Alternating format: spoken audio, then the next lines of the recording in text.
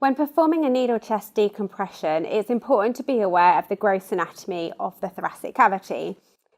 We've obviously got our two lungs with our heart in the mediastinum in the middle.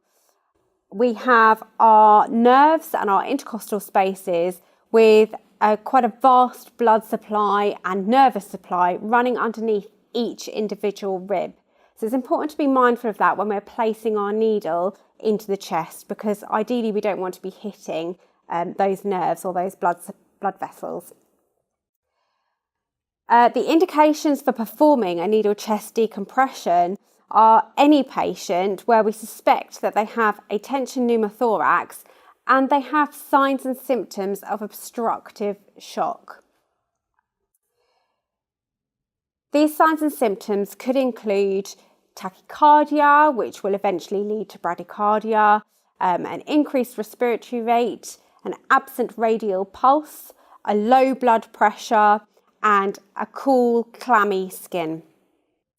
The hazards of performing a needle chest decompression could include hitting those blood vessels and the nervous supply that I mentioned previously, going into the wrong side of the chest, or hitting any of the underlying structures. So we need to be mindful of that. So the equipment that I require for my needle chest decompression are something to clean the skin with, so a chlorhexidine, a syringe, something to secure the cannula with, so one of my Tegaderms, a Sharps box, and the largest cannula that we have, so a 14 gauge cannula. Something to clean my hands with and some gloves. So while it's important to be mindful of cleanliness, this is being carried out in an emergency, in a time critical condition. So I'm going to keep things as clean as possible, but we're certainly not using an aseptic non-touch technique in this case. So I'm going to clean my hands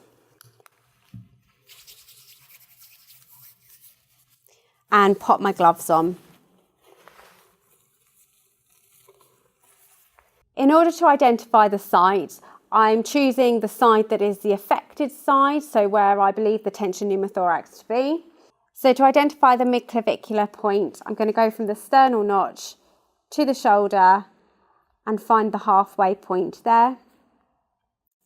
Then I'm going to run my fingers down the ribs to find the second intercostal space. This is the space in which I want to introduce my cannula. I want to ensure that I'm inserting the cannula just above the third rib to try and avoid the blood vessels and the nervous supply which run underneath the second. Once I've identified my site, I need to give it a clean with the chlorhexidine.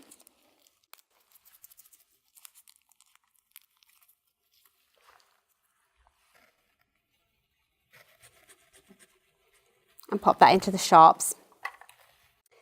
I'm then going to prepare my cannula. So I'm using a 14 gauge cannula, the largest we've got, regardless of whether this is an adult or a child. Check that it is in date. And the same with the syringe.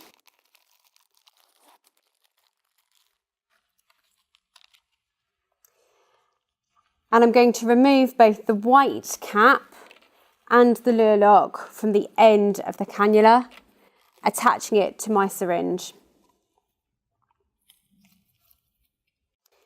I might then have to repalpate the site.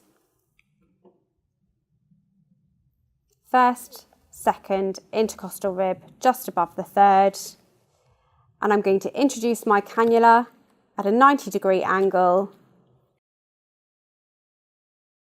Insert the cannula fully.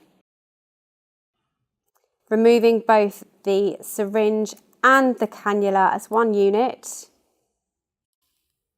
and putting them into the Sharps bin. And I'm going to check airflow from the cannula. Once I'm satisfied that my cannula is in the right place, I'm going to secure it using a Tegaderm.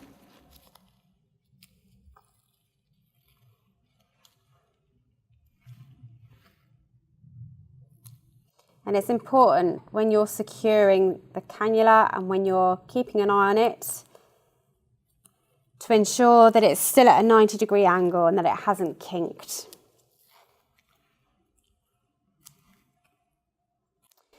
It's also very important to ensure that the cap is never replaced back onto the cannula.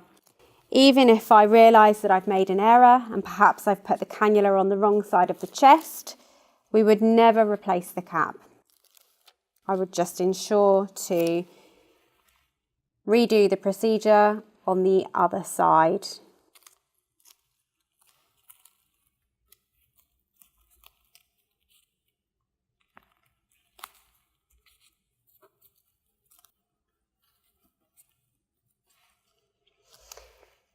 When monitoring my patient, I should now see some improvement in terms of their signs of obstructive shock.